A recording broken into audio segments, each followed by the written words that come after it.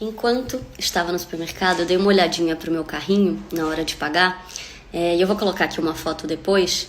E basicamente eu não tinha nenhum produto, só legumes, frutas e verduras. E eu não tô falando isso aqui como, nossa, como ela é saudável, nossa, como ela se alimenta bem.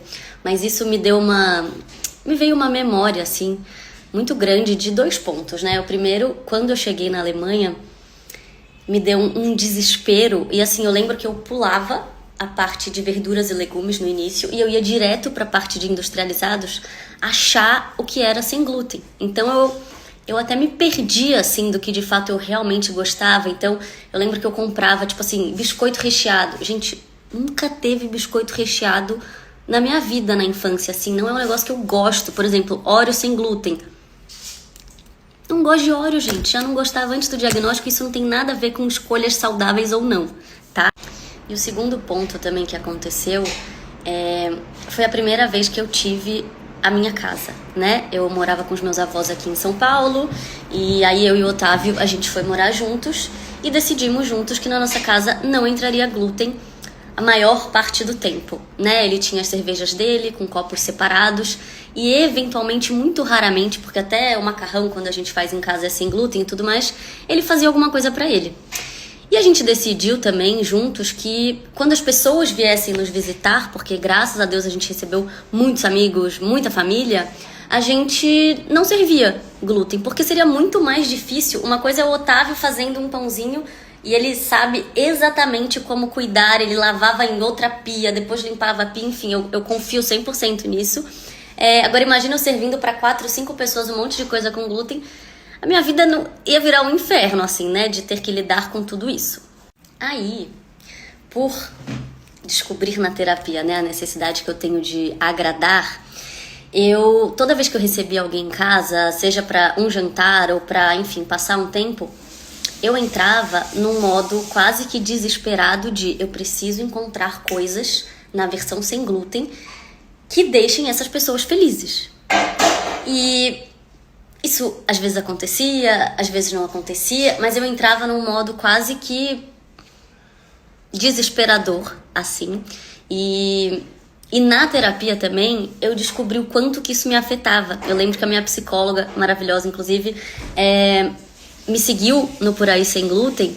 E a primeira vez que a gente falou sobre a minha relação com a comida, que é algo que inclusive eu trabalho, né, e me especializei, ela falou, nossa, Ana, mas quem vê no Instagram acha que, assim, tá tudo tão bem em relação a você e a doença celíaca. Porque realmente eu entrei num modo, né, de querer performar, desculpa.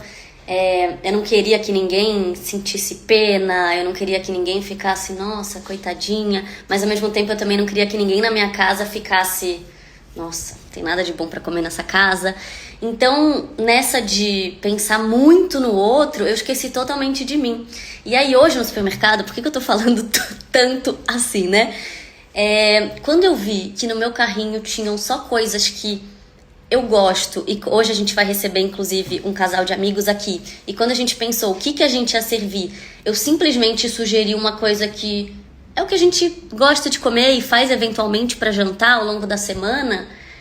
Isso pra mim é um avanço, assim, surreal. E agora voltando, né, então, pra nossa relação com a comida, eu acho que esse meu exemplo só mostra o quão essencial é a gente trabalhar também a nossa relação com os alimentos. Porque, claro, tem coisas que a gente acha mais gostosas do que outras, mas o que será que também está influenciando nessas nossas escolhas? O que a nossa cabecinha ali pode estar um pouco atribulada, que acaba desencadeando você querer comer? Vou dar um outro exemplo. Nossa, eu quero comer brigadeiro todo dia. É só porque brigadeiro é gostoso? Ou brigadeiro te lembra alguma coisa, algum momento com amigas?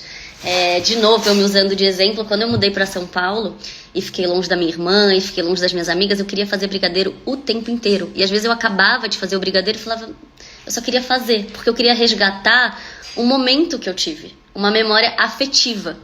E quando a gente entende também, né, todo o poder que o nosso emocional e que a nossa relação com a comida tem sobre as nossas escolhas, eu acho que a gente consegue se livrar de muitas amarras como, eu nunca consigo me alimentar bem, ou eu não tenho disciplina, né? A gente acaba se colocando num lugar e às vezes você tá querendo comer, vou dar outro exemplo, McDonald's todos os dias, porque o McDonald's lembra momentos com um familiar querido. E não só porque é gostoso e é prático.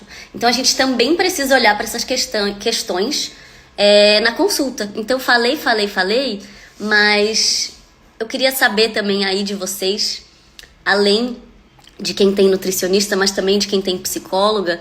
Eu sempre pergunto isso nas minhas consultas, eu amo quando a pessoa chega e fala que já faz terapia. Vocês falam sobre alimentação na terapia?